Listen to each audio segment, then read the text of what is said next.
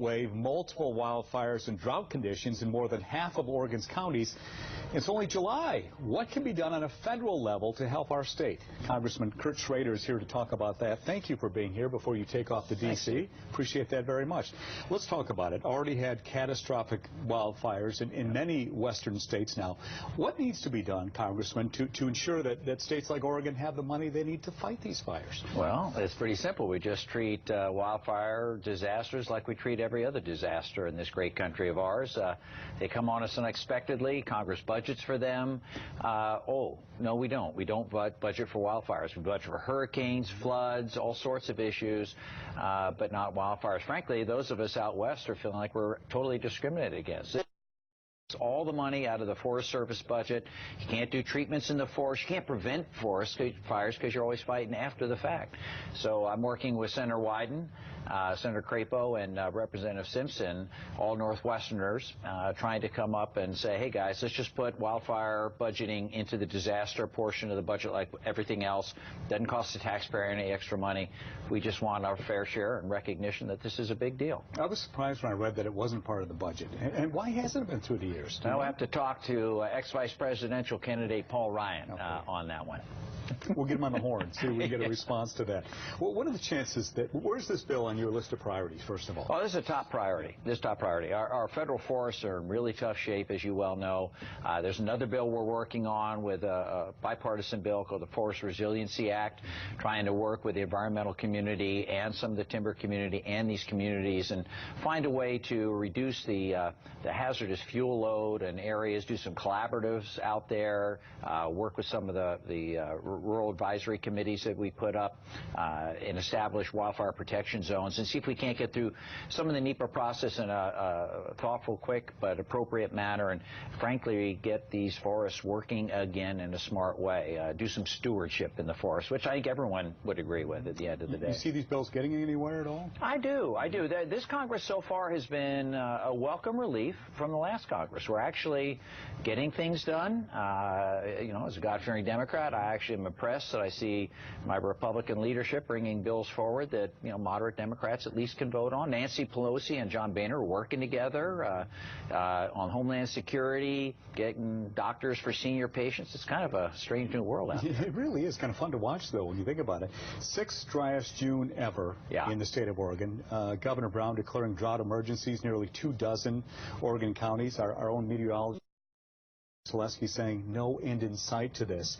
What about these counties, drought-stricken counties? Do we see any financial relief for them at all? Yes. Governor stepped up, declared disasters in these counties. They will get some relief. The climate is changing. I don't care where you're on the spectrum of ideological philosophy. The real world, everyone recognizes things are warm, and I think it's the warmest summer I've seen in a long, long time, probably the longest ever. You know, you've commented early, summer has started in June.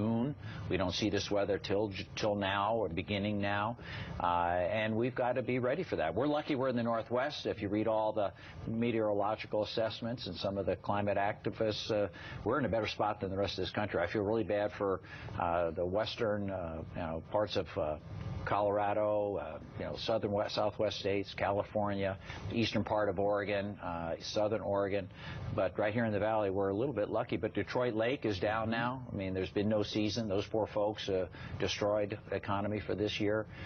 Things are happening that we have to start paying attention to in our energy policy. President Obama calling it a threat to national security. Absolutely. Would you agree with that? I would agree with that. I would totally agree with that.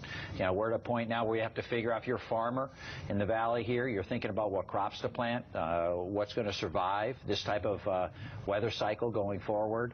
I think it's very true in lifestyles. My house doesn't have air conditioning, never has, never needed. I live in the Willamette Valley, for goodness sakes. You know, have a few hot days a year. Well, I'm rethinking that. I think many other people are too. So it's going to put energy demands that we haven't seen before on the grid here in the Pacific Northwest. I think our state legislature and hopefully the federal government start acting accordingly. I want to talk about transportation. Portland leaders couldn't do it. Legislators in Salem couldn't do it either. Is Congress going to be able to come up with some sort of transportation package? What do you see ahead? That's a fair question. I've had talks with staff on both sides of the aisle, actually talked folks on the Senate side also. We're lucky in Oregon. I think we have a delegation committed to trying to get infrastructure bill put forward, a 6-year transportation infrastructure bill. When I talk to folks here in Oregon, our ODOT folks, different businesses, we need to have a longer time horizon to actually plan for these projects. Little 6-month, 2-year things, that doesn't cut it. My intel, my guess at this point is I think we will. I think this is a priority. I think it may be difficult to get there. We'll know a little bit when we get back. I go back tomorrow to Washington, D.C. We have about 2-3 weeks before the August work period. We'll see how that goes.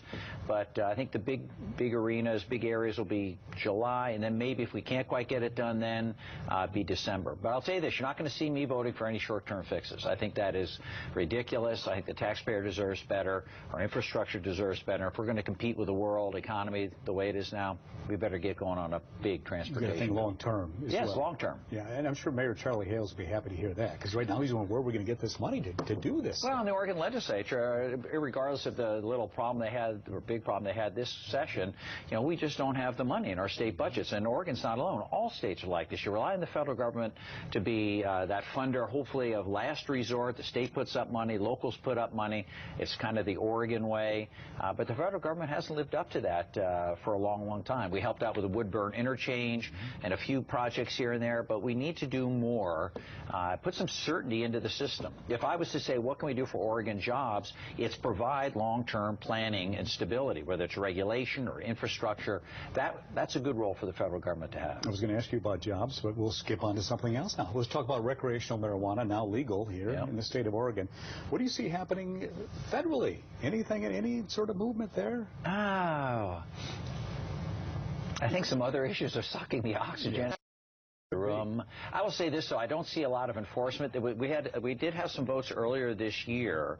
Representative Blumenauer and others have been leaders in this area, and there was considerable interest to not enforce or overly enforce federal regulations on these states that have moved in a different direction. I think America's moving on. It's hard to argue that marijuana is a lot worse than alcohol at this point in time. I respect my state legislature grappling with this on a bipartisan basis. It was a pretty impressive accomplishment that I think maybe doesn't hit the headlines so much, but it's pretty impressive in my book that our state has acted together on this. I think the federal government will probably not be carried away. I think we're trying to figure out where our states are going. They are the incubators of innovation when it comes to public policy. The federal government's come a long way on gay marriage. The federal government's come a long way in a lot of other areas as the states have led, and I think this will be one where, well, right now I wouldn't do too much on our federal forest. I'm just going to say, please don't go out and break the law. But I think that you'll find the federal government will probably come along with this over the next, probably a couple of years. Banking privileges, you see that happening anytime soon? Not with the current head of the chairman in the House Financial Services Committee, but when he's termed out, yeah, sure. What do you hear about your colleagues in Congress when they're talking about Oregon and the legal pot here? Do they talk to you about it at all?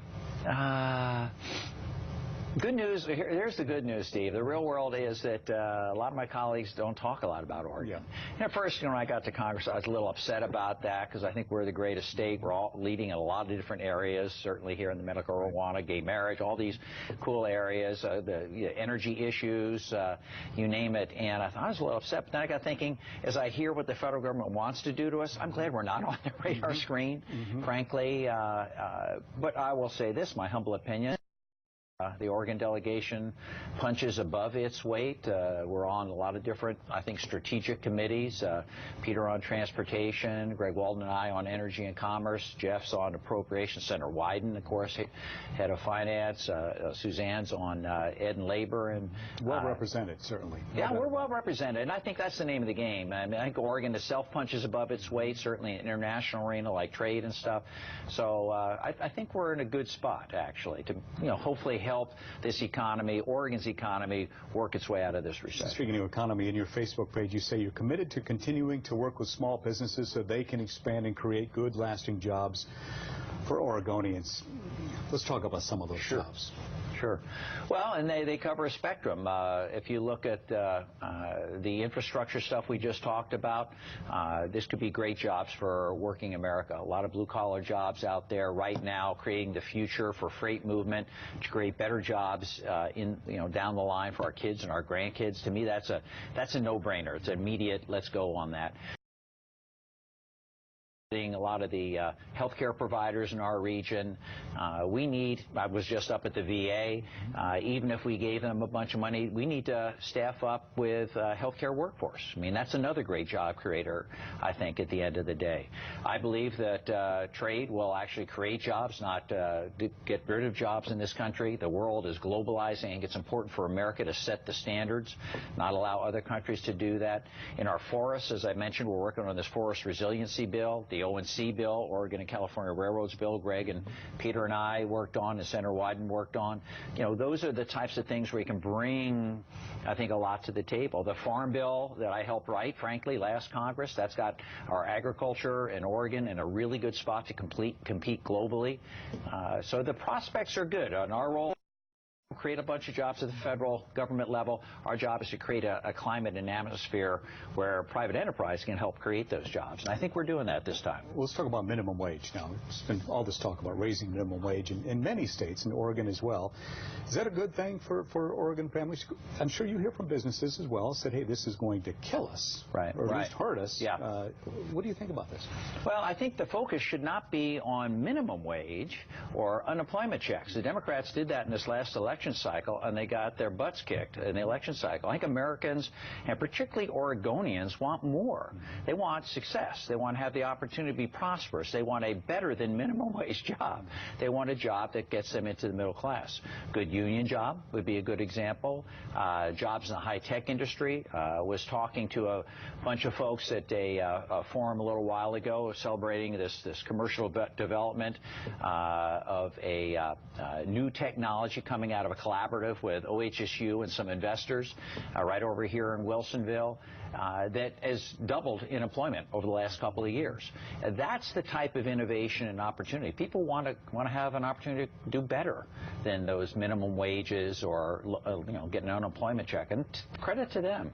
My 2 cents is the best thing for Oregon should be to make sure there's a staged opportunity for people not to lose benefits as they move out of lower income jobs into higher income jobs. That means child care tax credits that meet the need. That means a TANF payment that kind of tapers off gradually. It means educational opportunities that you pay some and the federal government pays some. And that was the whole idea behind the health care bill, was to help you help yourself. And as you moved up the economic ladder, then those supports would go away slowly, not so that you had to fall back into poverty, but so you could move forward. And I think that's where our state legislature is trying to go. That's what we're trying to do at the federal. Staying on the economy path here, Trans-Pacific Partnership. Where do you stand on that now? Well, we haven't seen it yet. As you know, we just had a big, huge debate on the Fast Track or Trade Promotion Authority.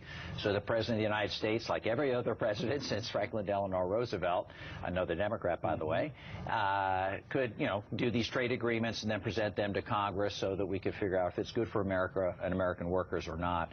I'm hoping to be for it at the end of the day. I've told everybody when I go to my town halls, labor meetings, Rotary meetings, you name it, that trade is our future. We had a bad we still have a bad balance of payments as a result of the recession. The way to increase our opportunity and balance our budget is not just rely on consumers, not rely on government spending, but on exports. And I think if we can write an agreement that helps American jobs, creates opportunity for American businesses and agriculture, I want to be for that. The world is globalizing. Whether we want to or not, the world's getting to be a smaller and smaller place. I want my small businesses, my farmers, my workers to be able to sell their products overseas. I want us to set the rules, not China. What about labels on foods containing GMOs? Well, and I think that's I have a big concern about that. I'm a veterinarian, scientist by background, strong consumer advocate, but there's this hint in this whole debate that GMOs, something's wrong with them. The GMOs are bad for you. That's absolutely false. And every consumer consumer out there should realize that. It's false. The GMOs are safe and healthy. They've been tested. There may be some at some point. That wouldn't be the case. Just like any product, for goodness sakes. We've been, hybridizing products and different crops for thousands of years. This is done in a test tube. And I would argue respectfully, future of medicine is with genetic therapy, where we can splice in a gene to cure a disease that heretofore you've had to take a bunch of medicines that mess your system up, cost a lot of money, cause other health side effects that we don't need to see if we can be more what we call personalized precision medicine. I think that's the future. We tend to ignore the fact that with genetic modification or hybridization, a lot of these crops are nutritionally much better. They produce at greater yields. They help us use less pesticides and yet less herbicides in many cases. So I'm actually sponsoring a GMO bill that makes it clear that the federal government's role should be only to dictate that on health and safety, nutritional content, those sorts of things. If people want to have a GMO label, I think that's fine. Our bill allows that to happen. You have to go through a rigorous profile, much like you do for organic labeling, to show that you are indeed, for those people that want a, quote, non-GMO product, that's great. But it shouldn't be that every product has to be labeled that way. The goal of labeling is not to legalize a process, but to protect the consumer. Yeah, because you know darn well the folks who want the labeling, you're going to be contacting you soon. Absolutely. They have already. Congressman, thank you so much for being here. Thank you, Steve. Next time you're in town, come by. You're always welcome here. You know that. You're very good.